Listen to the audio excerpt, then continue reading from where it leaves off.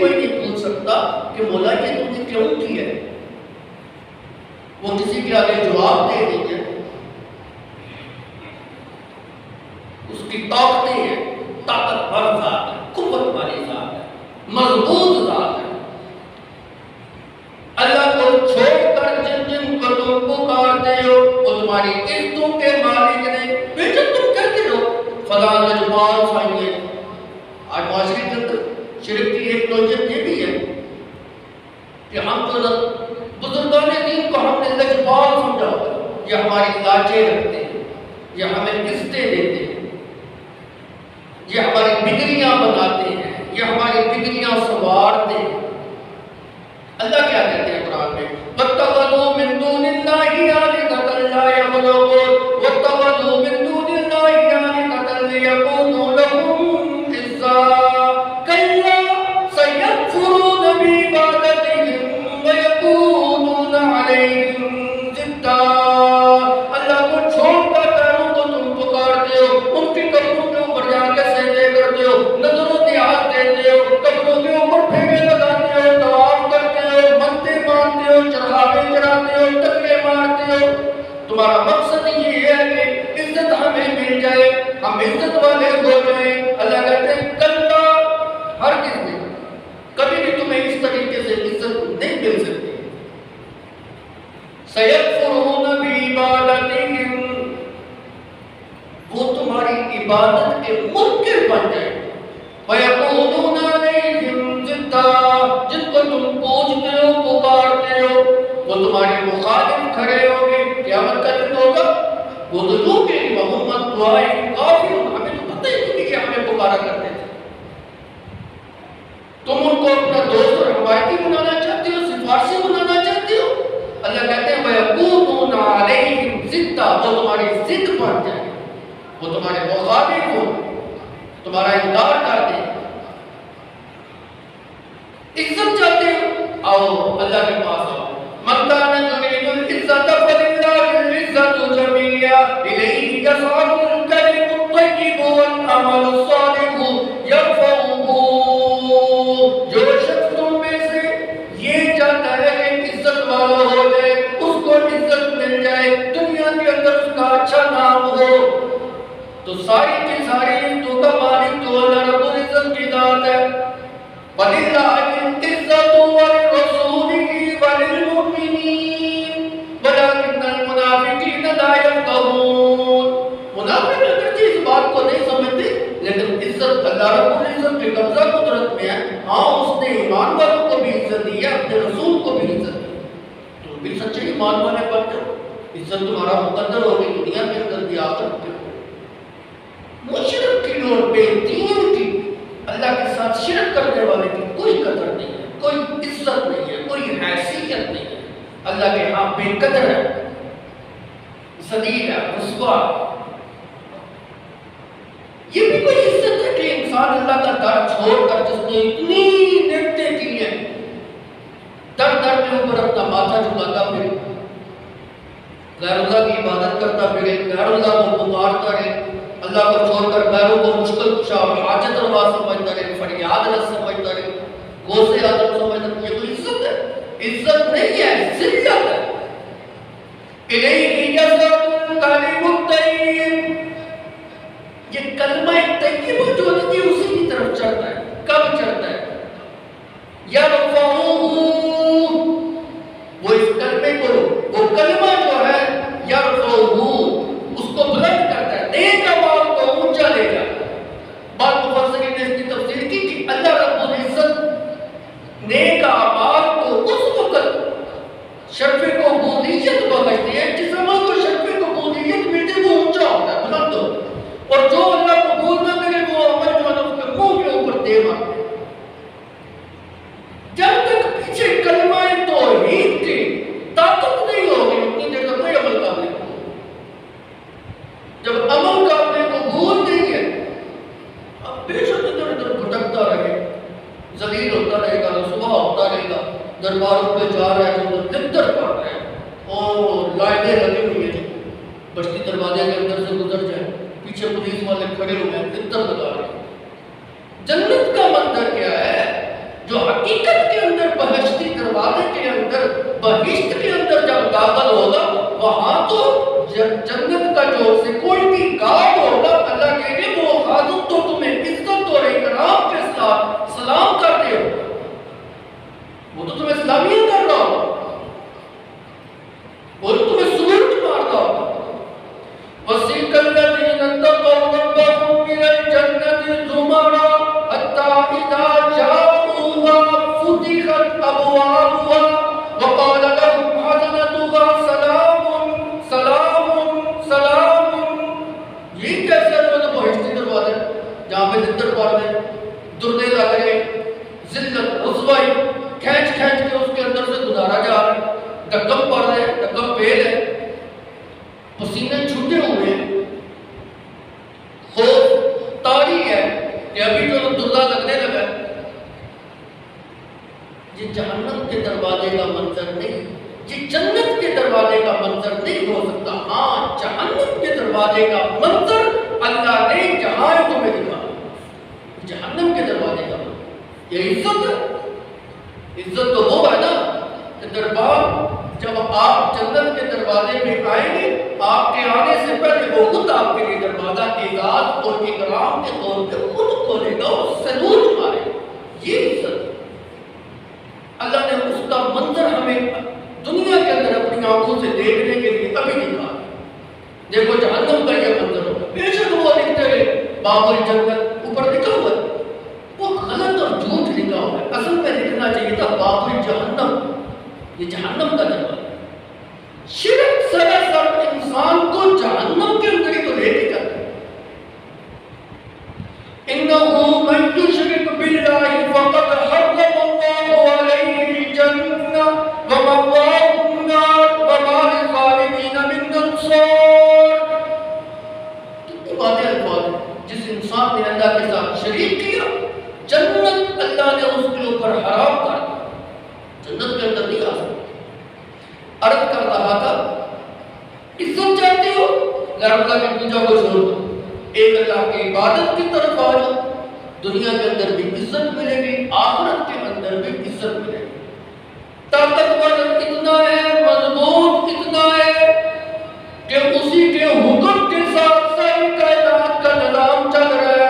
یدبر الامر، تدبیریں کرنے والے، احکامات کو جاری کرنے والے، اس کے حکم کے ساتھ جو ہے نا احکامات جو ہے وہ چل رہے ہیں، اس کا حکم ہوتا ہے سورج آ رہا ہے جا رہا ہے، دن آ رہا ہے دن جا رہا ہے۔ کبھی انسان نے سوچے کہ کس کے حکم کے مطابق سورج طلوع ہو رہا ہے غروب ہو رہا ہے، چاند اپنی روشنیاں بکھیر رہا ہے۔ یولج اللیل فی النہار ویولج النہار فی اللیل وسخر الشمس والقمر کل یجری الی اجل مسمی ذالکم اللہ ربکم لہ الملک۔ اسی کی حاکمیت ہے، اسی کی بادشاہت ہے جس کے حکم کے ساتھ دن آ رہا ہے، رات جاری ہے، اندھیرا آ رہا ہے، اجالا آ رہا ہے۔ یہ اس کی طاقت کا اظہار ہے، وہ اپنی طاقت کا مظاہرہ کیوں کرتا ہے کہ سورج اور چاند کو کام میں لگایا ہوا ہے۔ سورہ یاسین کے اندر ایک آیت آتی ہے وَالشَّمْسُ تَجْرِی لِمُسْتَقَرٍّ لَہَا ذَلِکَ تَقْدِیرُ الْعَزِیزِ الْعَلِیمِ۔ سورج اپنے مدار کے اندر گھوم رہا ہے، جو اللہ نے اس کا مقررہ جگہ رکھی ہوئی اس کے اندر گھوم رہا ہے اس کے حکم کے مطابق۔ حدیث مبارکہ کے اندر آتا ہے کہ سورج جس وقت غروب ہوتا ہے تو غروب کا جو عمل ہوتا ہے وہ غروب ہونے کے بعد ہمارے اعتبار سے وہ چھپ جاتا ہے، ہمیں نہیں نظر آ رہا، ہم یہ سمجھتے ہیں اب زمین کے دوسرے کنارے پہ وہ طلوع ہے، لیکن اللہ کے پیغمبر صلی اللہ علیہ وسلم نے فرمایا جس وقت سورج غروب ہوتا ہے اللہ کے عرش کے نیچے آ رہا ہے، اللہ کے عرش کے نیچے آ کے وہ اللہ سے اجازت طلب کرتا ہے، آپ کا طلوع ہو یا نہ ہو، اللہ اس کو اجازت دیتے ہیں، جس وقت اس کو اجازت ملتی ہے پھر دوبارہ طلوع ہو جائے۔ قیامت کا جو حادثہ ہوگا اس وقت اس کو اجازت نہیں ملے گی، اللہ کہے کہ جہاں سے آیا وہیں سے لوٹ، اب وہ طلوع ہونے کے بجائے اب جو ہے نا وہ دوبارہ الٹا جو ہے نا طلوع ہوگا، سورج تو مشرق سے طلوع ہوتا ہے، اس دن جو ہے مغرب سے طلوع ہوتا ہے۔ اللہ کی قدرت ہے۔ کون ہے جس نے یہ سارے کام چلائے ہوئے ہیں؟ کس کے حکم کے مطابق سورج چاند ستارے چل رہے ہیں؟ کس کے آرڈر کے مطابق یہ کام ہو رہے ہیں؟ کبھی ہم نے سوچا اللہ کو چھوڑ کر جن کو تم پکارتے ہو کیا ان کے قبضہ قدرت کے اندر بھی یہ حکم ہے کہ وہ اپنے حکم سے سورج کو طلوع کر سکے؟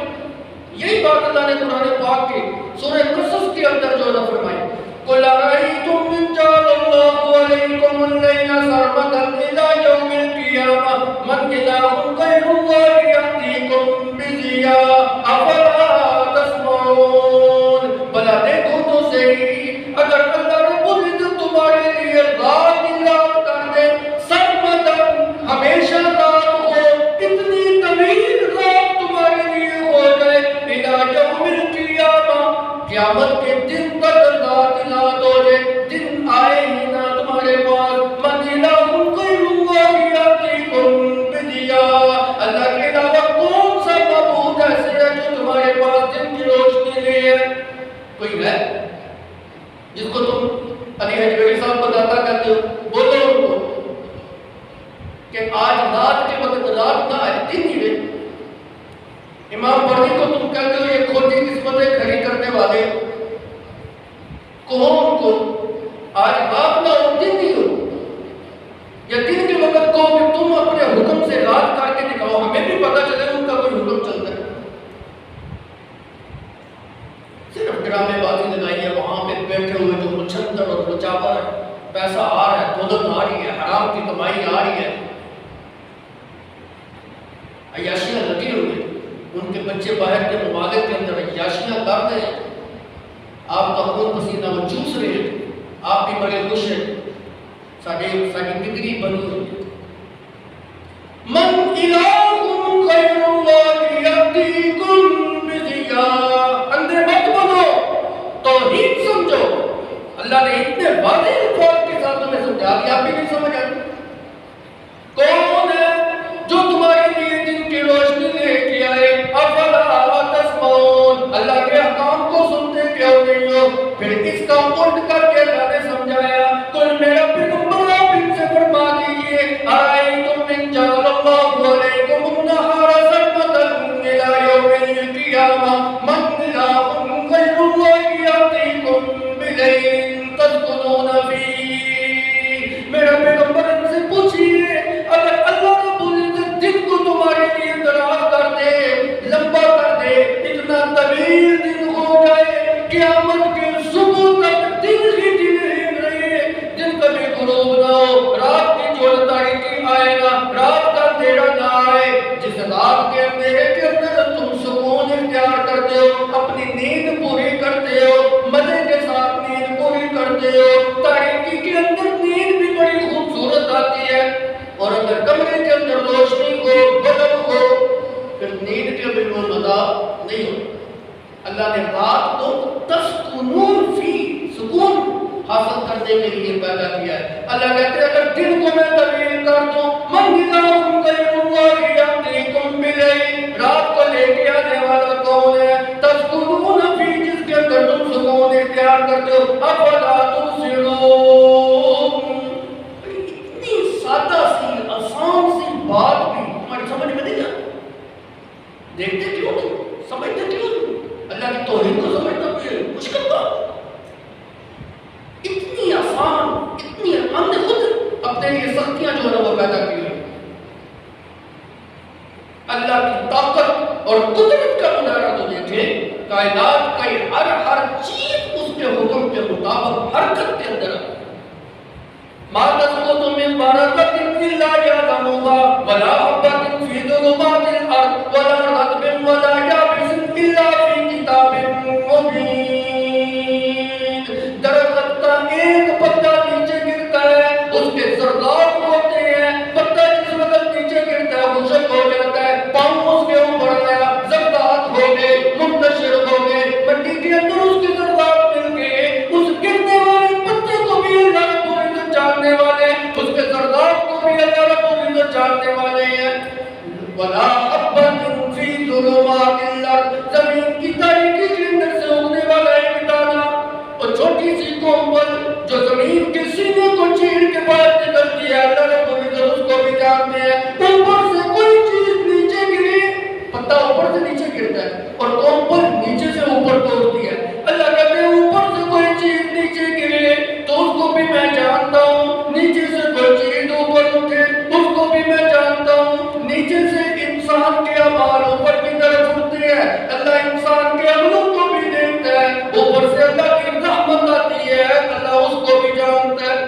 کوئی چیز ایسی ہے نہیں کائنات کی جو اس کے علم سے مخفی ہو، جو اس کی طاقت کا مظہر ہے، اس کی قوت کا مظہر ہے۔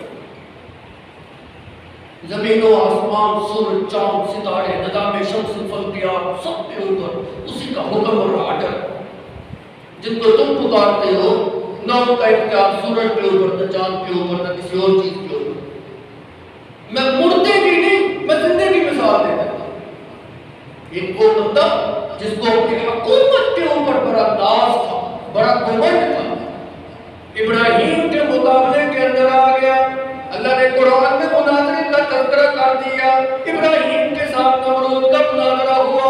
أَلَمْ تَرَ إِلَى الَّذِي حَاجَّ إِبْرَاهِيمَ فِي رَبِّهِ أَنْ آتَاهُ اللَّهُ الْمُلْكَ إِذْ قَالَ إِبْرَاهِيمُ رَبِّيَ الَّذِي يُحْيِي وَيُمِيتُ قَالَ أَنَا أُحْيِي وَأُمِيتُ۔ نمرود اللہ تعالیٰ کی ذات کا منکر تھا، اپنے آپ کو رب کہتا تھا، اپنی خدائی کے منوانے کے چکروں میں لگا ہوا تھا۔ حضرت ابراہیم علیہ السلام نے فرمایا میرا رب تو وہ ہے جو جلاتا بھی ہے، مارتا بھی ہے، زندگی بھی دیتا ہے، موت بھی دیتا ہے، موت و حیات اس کے قبضہ قدرت کے اندر ہے۔ اس نے تو یہ کون سی بڑی بات ہے، یہ تو میرے قبضے کے اندر بھی ہے۔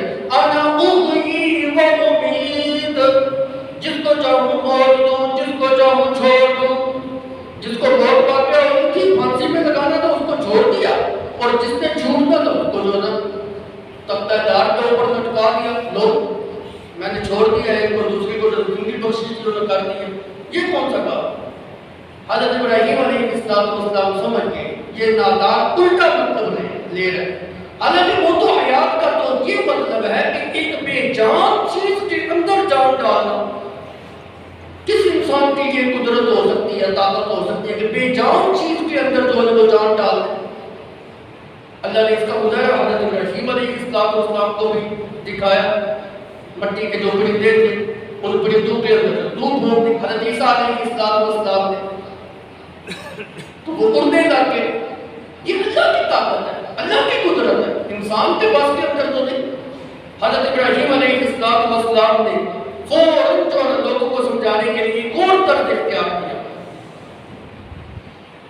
قال رب أنا يحيي ويميت قال أنا أحيي وأميت قال رب الشمس ورب المشرق والمغرب۔ کیسے الفاظ آتے ہیں؟ قال أنا أحيي وأميت قال رب، قال إبراهيم فإن الله يأتي بالشمس من المشرق إن الله يأتي بالشمس من المشرق فأت بها من المغرب۔ میرا رب تو ہر روز مشرق سے سورج طلوع کرتا ہے۔ اگر تو بھی رب ہے، مالک ہے، مختار ہے، آج جو ہے سورج کو مغرب سے طلوع کر کے دکھا دے، اب اس کا اس کے پاس کوئی جواب نہیں۔ فَبُهِتَ الَّذِي كَفَرَ، بغلاہٹ کا شکار ہو گیا، کوئی جواب اس سے بند نہیں آیا، عاجز آ گیا۔ یہی بات اللہ رب العزت یہاں پہ سمجھانا چاہتے ہیں۔ من الہ غیر اللہ یأتیکم بلیل تسکنون فیہ، اگر اللہ دن کو طویل کر دے، کون ہے وہ ہستی جو رات کو لے آئے؟ اگر اللہ رات کو قیامت کے صبح تک طویل کر دے، کون ہے وہ ہستی جو دن کو لے کے آئے؟ کوئی بھی نہیں۔ اللہ نے اپنی طاقت کا اور قدرت کا اور قوت کا مظاہرہ کیا کہ میری طاقت ہے، کہ میری قوت ہے، مضبوط اتنا ہے، طاقتور اتنا ہے، قوت والا اتنا ہے کہ ساری کائنات کو پیدا کرنے والا وہ ہے۔ اللہ کہتے ہیں اللہ خالق کل شیء وهو على كل شيء وكيل له مقاليد السماوات والارض۔ کائنات کے ایک ایک ذرے کو اسی نے پیدا کیا ہے، اسی کا کار مختار ہے، اسی کے اختیارات چلتے ہیں، اس کے علاوہ کسی کا کوئی اختیار نہیں ہے کوئی اور پیدا کرنے والا؟ اللہ تو کہتے ہیں زمین کو میں نے پیدا کیا، آسمان کو میں نے پیدا کیا، سورج کو میں نے پیدا کیا، چاند کو میں نے پیدا کیا۔ میں اللہ کو چھوڑ کر جن قبروں کے اوپر، مزاروں کے اوپر اولیاء اللہ کے درباروں کے اوپر جاتے ہو اور ان کو مشکل کشا اور حاجت روا سمجھتے ہو،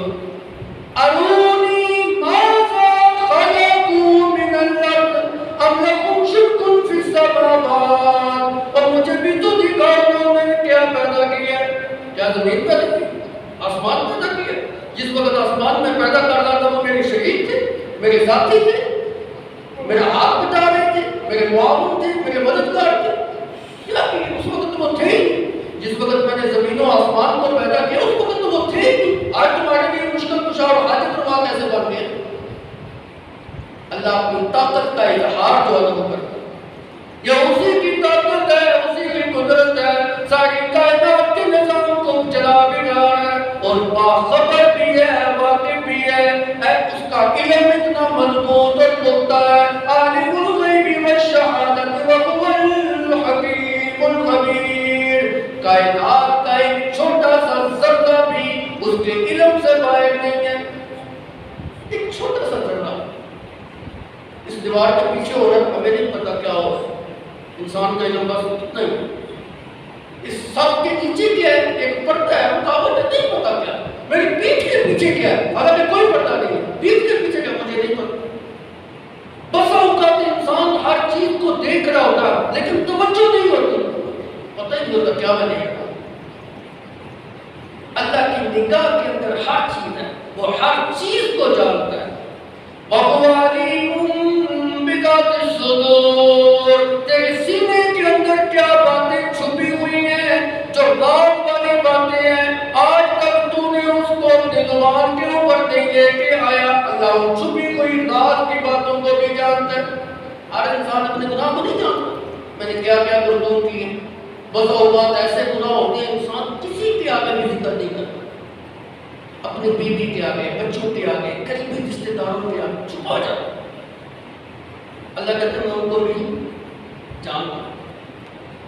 ابھی تک وہ بات تو اپنی زبان کے اوپر نہیں لے کے آیا، تیرے دل کے اندر جو خیالات آتے ہیں میں ان کو بھی جانتا ہوں۔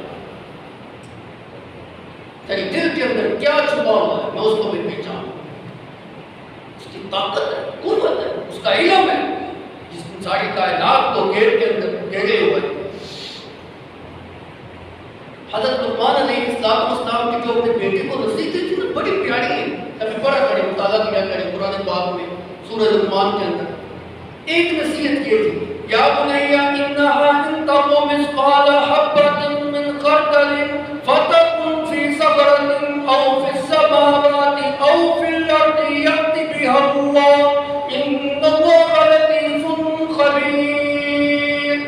یا بنی، اے میرے بیٹے، انہا ان تک مثقال حبۃ من خردل، اگر کوئی کام تو نے، کام بھی کوئی بڑا نہیں، چھوٹا سا رائی کے دانے کے برابر کیا ہے، کون سا کام؟ اللہ نے وہ کام نہیں بیان کیا کہ وہ کام کون سا ہے، وہ عمل کون سا ہے۔ مفسرین فرماتے ہیں دو عملوں کی طرف اشارہ ہے، عمل اچھا بھی ہوتا ہے، عمل برا بھی ہوتا ہے، اچھے عمل بھی یہاں سے مراد ہے، برے عمل بھی مراد ہے، دونوں مراد ہیں، دونوں مراد ہیں کہ بات کو سمجھیں۔ ان تک مثقال حبۃ من خردل، اگر تو نے نیکی کا کام رائی کے دانے کے برابر ایک چھوٹی سی نیکی کا کام کیا ہے، اب دوسرا والا مراد ہے، اگر تو نے رائی کے دانے کے برابر چھوٹا سا برا کام کیا ہے، اور رائی کا دانے اس سے مثال اللہ نے کیوں دی ہے؟ اس لیے کہ رائی کا جو دانہ ہوتا ہے وہ اتنا حقیر ہوتا ہے، بے وزن ہوتا ہے، اگر آپ اس کو ترازو کے پلڑے کے اوپر رکھیں نا اس کا کوئی وزن نہیں، ترازو کا پلڑے کے اوپر کوئی اثر نہیں اس کا، نہ وہ رکے گا نہ وہ وزن کے اندر آئے۔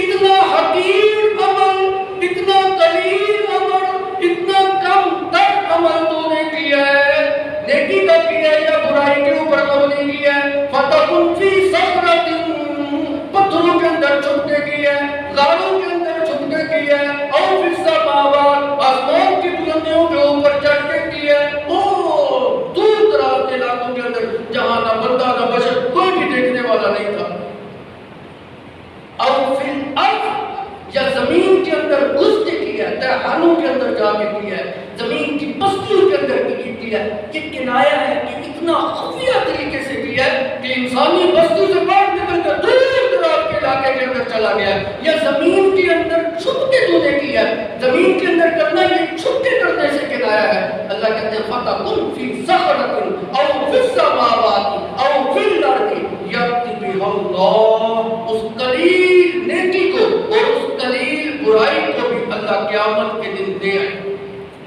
لا حضرت علم مطلب یہ ہے کہ ہماری قلیل اور کثیر کوئی بھی عمل جو اس سے خفیہ نہیں، ہمارا ظاہر اور ہمارا باطن اس سے پوشیدہ نہیں، وہ اس کے سامنے ہے۔ کیا اس طرح کی قدرت کسی اور کے اندر بھی ہے؟ جن قبروں والوں کو تم پکارتے ہو، جن مزار والوں کو پکارتے ہو، جن کے نام کی نظریں اور نیازیں اور چڑھاوے چڑھاتے ہو، کیا یہ طاقت ان کے اندر ہے کہ وہ جانتے ہو، پہچانتے ہو؟ اللہ نے کیسی خوبصورت قرآن پاک کے اندر مثالیں بیان اور ان کی عاجزی کا اظہار کیسے بتایا۔ یا ایھا الناس ضرب مثل فاستمعوا له ان الذين تدعون من دون الله لن يخلقوا ذبابا ولو اجتمعوا له۔ یہ اتنے کمزور ہیں جن کو تم سجدے کرتے ہو، جن کے نام کی نظر و نیاز دیتے ہو، جن کو پوجتے ہو، صبح و شام جن کی قبروں کے اوپر ٹکرے مارتے ہو، اتنے کمزور ہیں، سارے اکٹھی بھی ہو جائیں ایک مکھی پیدا نہیں کر سکتے، ایک مکھی بھی پیدا نہیں کر سکتے۔ والا بھی جتنا ہوگا سارے اکٹھے ہو جائیں، اکٹھے ہو کے سارے اکٹھے ہو کے جمع ہو کے زور لگا دیں، اپنی ساری توانائیاں صرف کر دیں، ایک مکھی نہیں پیدا کر سکتے۔ تمہارے مشکل کشا کیسے ہو، تمہارے حاجت روا کیسے ہو؟ ابھی زندہ ہیں، مکھی پیدا نہیں کر سکتے، مرنے کے بعد کیا کریں گے تمہارے؟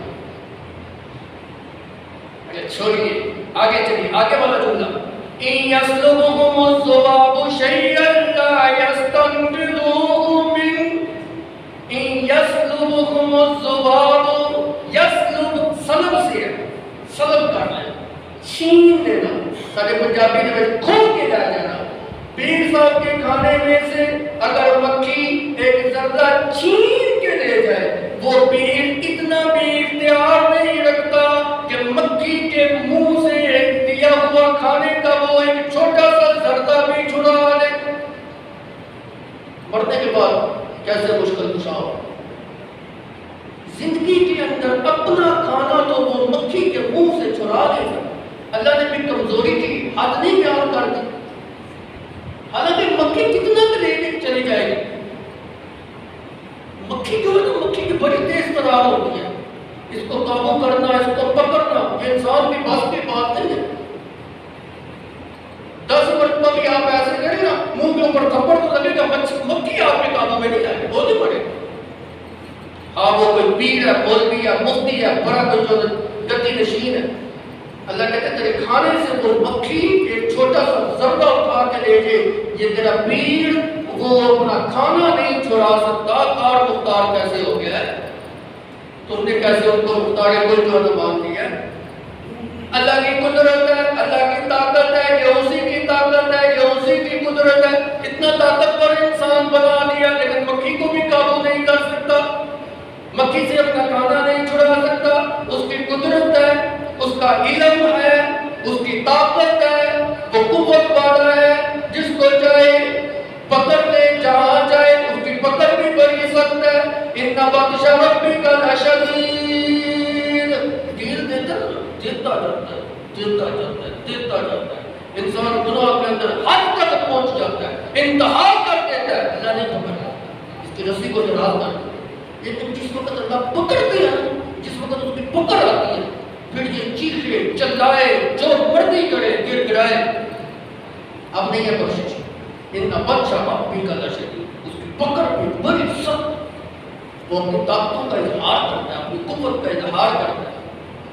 طاقتور اتنا ہے، ساری کائنات اس کی نگاہ کے اندر ہے، ساری کائنات کو دیکھ رہا ہے۔ یہ بھی اس کے لیے کوئی معنی نہیں رکھتا کہ وہ فلاں بندے کو دور سے دیکھ رہا ہے، وہ دور والے جو ہے مجھے صحیح نظر نہیں آ رہے، یہ قریب والے مجھے صحیح نظر نہ، ہر کسی کو ایک جیسا دیکھ رہا ہے۔ ساری کائنات اس کی نگاہ کے اندر ہے، لیکن ساری کائنات اس کو نہیں دیکھ سکتی۔ لا تدرکہ الابصار وہو یدرک الابصار وہو اللطیف الخبیر۔ وہ ساری کائنات کو احاطہ کیا ہوا ہے، اس کی نگاہ کے اندر ہے، لیکن دنیا کے اندر کوئی آنکھ ایسی نہیں ہے جو اس کو دیکھ سکے۔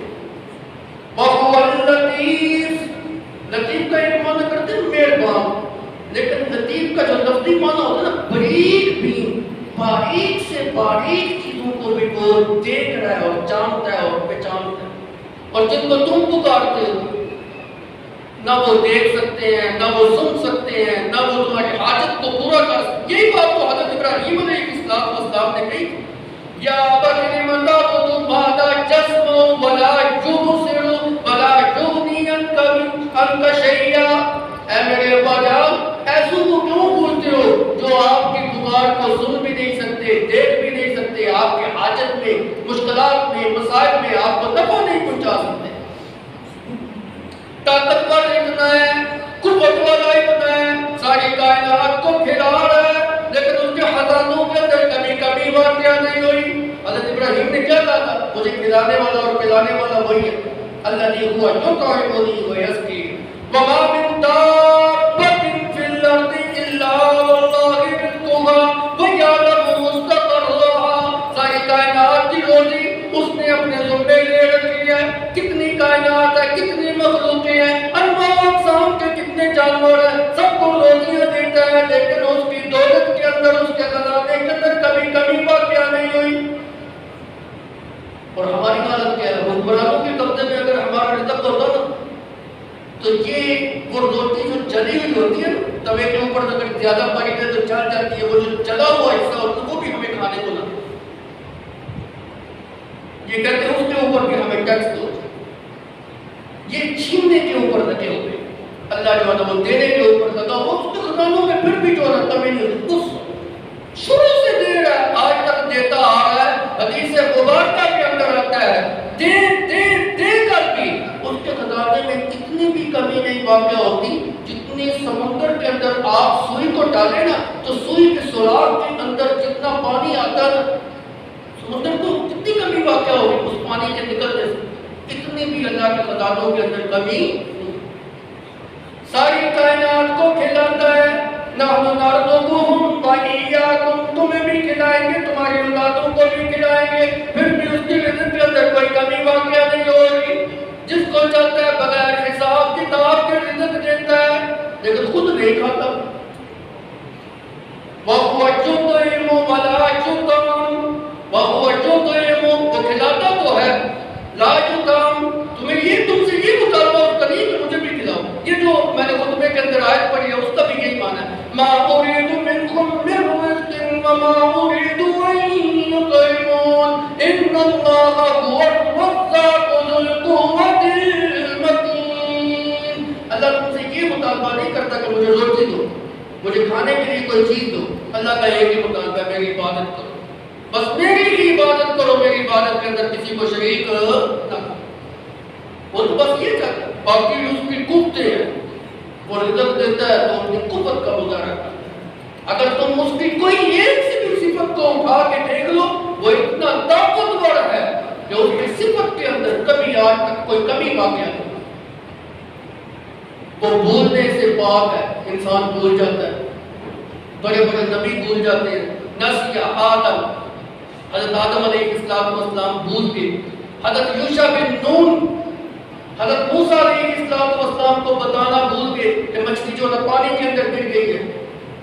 لیکن اللہ کی ذات بولنے سے پاک ہے. جتنی کمیاں ہیں، کوتاہیاں ہیں، کمزوریاں ہیں، آلسیاں ہیں، اللہ کے اندر وہ صفتیں نہیں پائی جاتی. اللہ ان صفتوں سے، اللہ ان کمیوں سے، کوتاہیوں سے پاک ہے. اسی لیے تو وہ عبادت کے لائق ہے کہ اس کی عبادت اسی لیے کی جائے. جن کی تم عبادت کرتے ہو ان کے اوپر موت طاری ہوتی ہے، دنیا کے اندر دکھ آتی ہے، تکلیفیں آتی ہے، مصیبتیں آتی ہے. جو خود تکلیفوں کے اندر آ جائے وہ عبادتوں کے لائق نہیں ہوتا.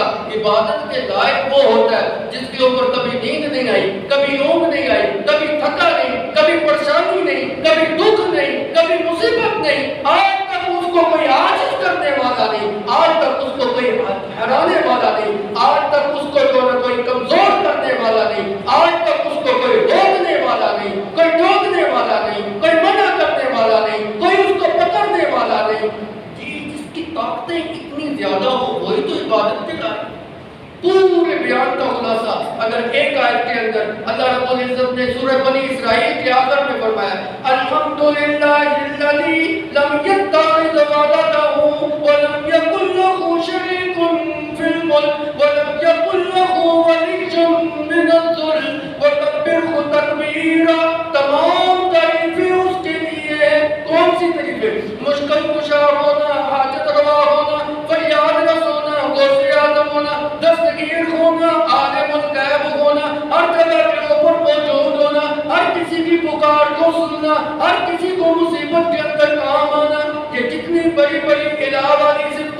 اسی کو سزاوار ہے.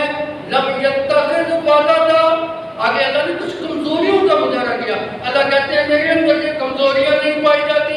لم یتخذ ولدا، میری اولاد کوئی نہیں. انسان اولاد کے حق مجبور ہو جاتا ہے. اولاد کی ضرورت ان کو پڑتی ہے جو کمزور ہوتی ہے، عاجز ہوتی ہے. میری اولاد بڑھاپے کے اندر میری لاٹھی بنے گی، سہارا بنے گی. اللہ کہتے ہیں میرے اوپر بڑھاپا آنا نہیں، مجھے لاٹھی کی کیا ضرورت ہے؟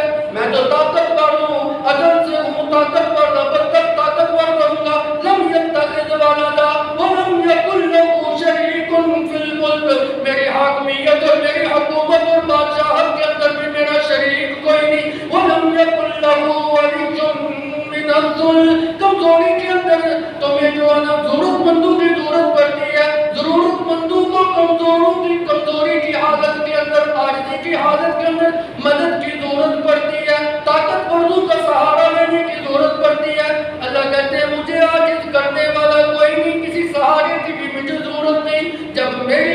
جب میری صفتیں اتنی طاقتور ہیں تو اللہ حکم سنو، کبرہ تکبیرا.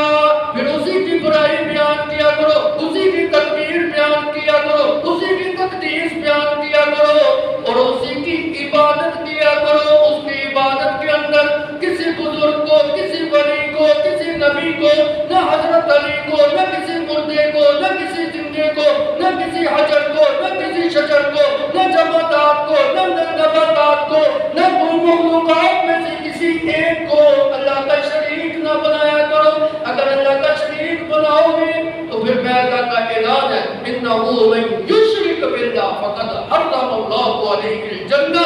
جنت تمہیں نہیں مل سکتی، پھر جنت بھی میں اللہ نے تمہارے لیے حرام قرار دے دیا. اللہ سچی عبادت کرنے کی توفیق عطا فرمائے. باقر دعوانا الحمدللہ.